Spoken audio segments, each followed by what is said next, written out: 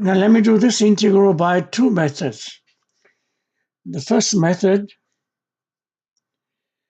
I assume that f of a, establish a function f of a, which is equal to e to the minus x squared and cosine ax dx. Okay, this is my f of a. Then I can express cosine as a complex number. So we take the real part of e to the minus x squared. This is e to the I ax. Right. So then I can combine these two. So f of a is equal to the real part of exponential minus x squared plus I ax.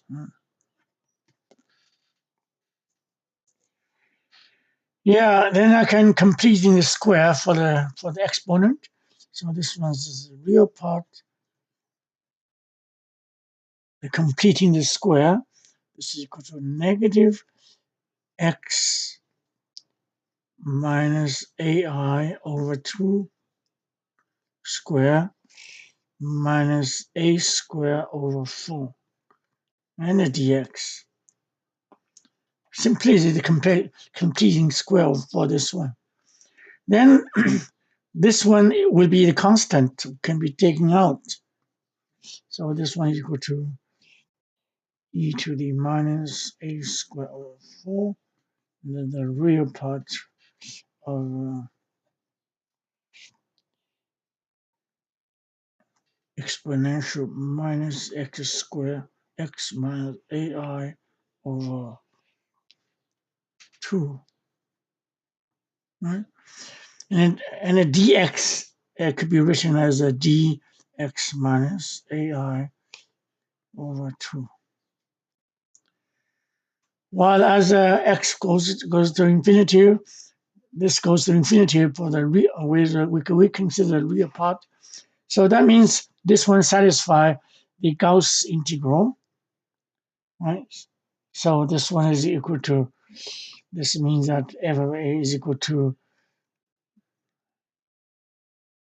half root 2 over, that is Gauss integral, and e. So this is my f of a, which is good. But also the f of a, well, f of a, let me write f of a is equal to this, right? This is my assumption in the first place. Cosine ax dx could be considered as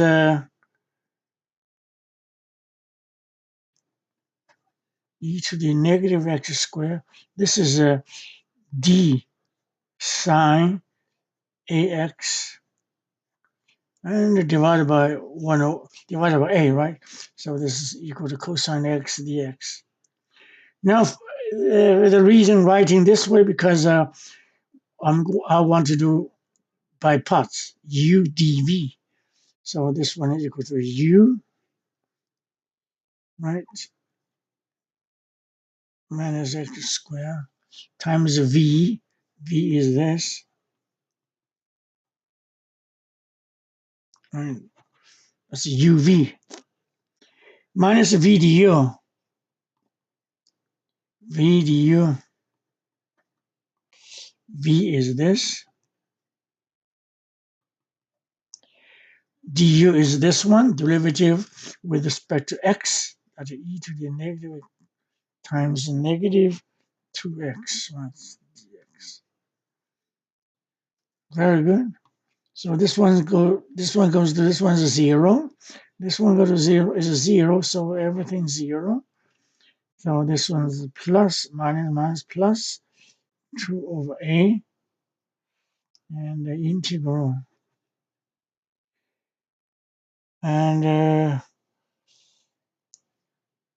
we have x, we have a e to the negative x squared, then there was sine ax dx. All right, this is my f of a. So which means that f of a is equal to this. That means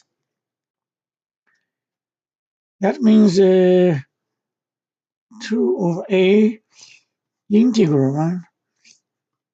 0 to infinity x e to the negative x squared sine ax dx is equal to this. Root 2 e to the,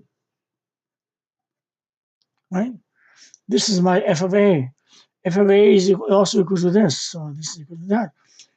Then I have this integral sine x dx is equal to a root pi 4.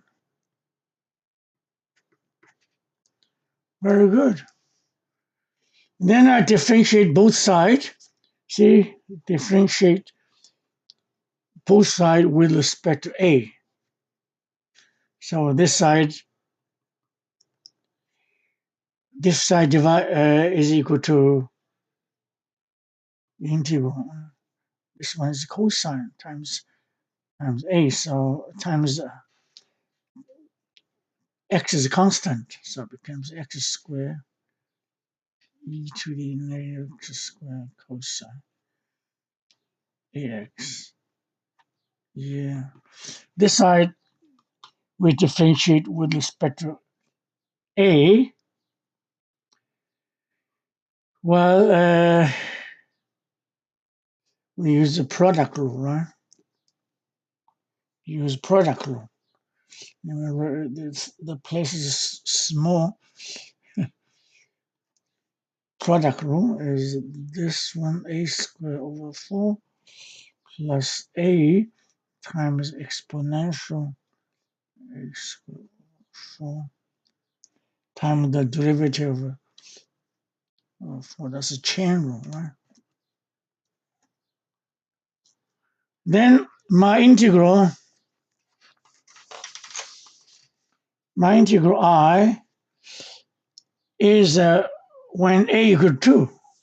See, right? That is this integral when a equal to 2. So which means it's equal to a squared, this one, and cosine 2x. And I just plug a as a 2 into the result. This is right. So this is e to the negative 1 plus 2 times e to the negative 1 times this is negative 1, right? So finally this result is equal to negative root pi over 4e. Okay, good. So again, we get a result by method 1.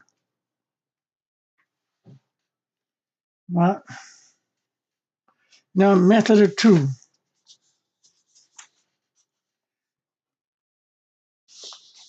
Method 2.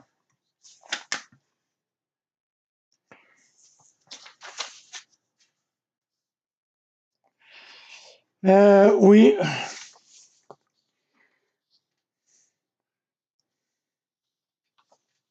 method 2. Method from method 1, f of a. This is our f of a, right? F of a is this, and cosine ax dx. And also we find f of a is this, is equal to,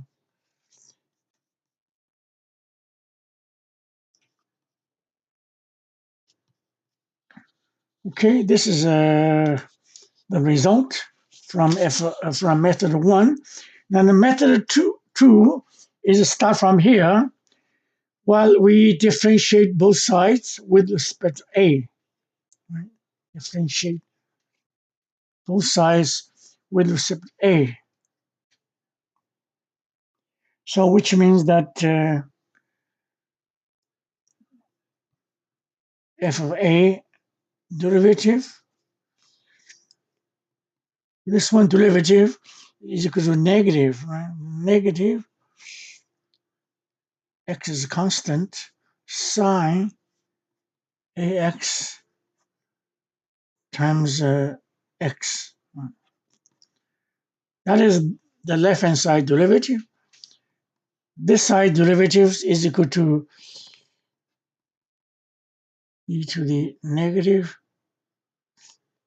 a squared over 4 times negative 2a over 4, the channel. Yeah, so simplify. This is a negative e to the negative x squared times x, right? Times x times sine ax dx is equal to negative 4 root pi and a e to the negative a squared over 4. Okay. Then we take a derivative again. We take the derivative with respect to a again, both sides. And this side would be negative. This derivative with respect to a will be x squared cos, write this one first, and the cosine ax, right?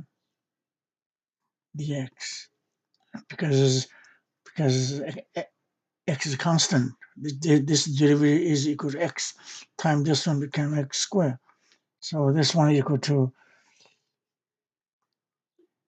let me write this, there's no space. This derivative with respect to a will be equal to this.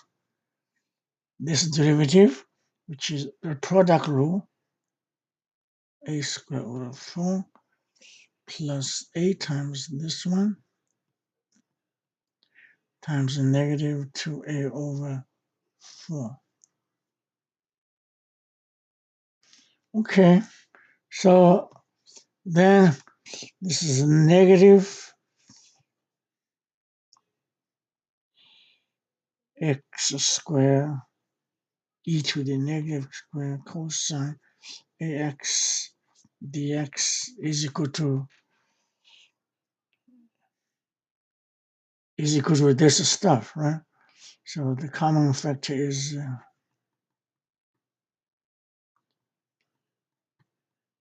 1 plus, no, minus, there's a negative here, right?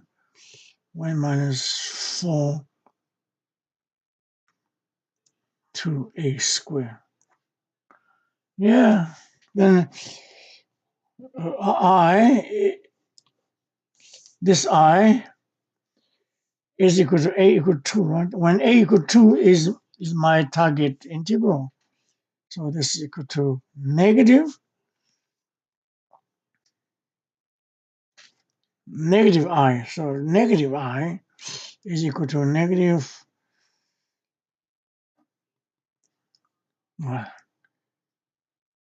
This is negative 1, right? Yeah. This is 1 minus plus that negative equal 2 to 4.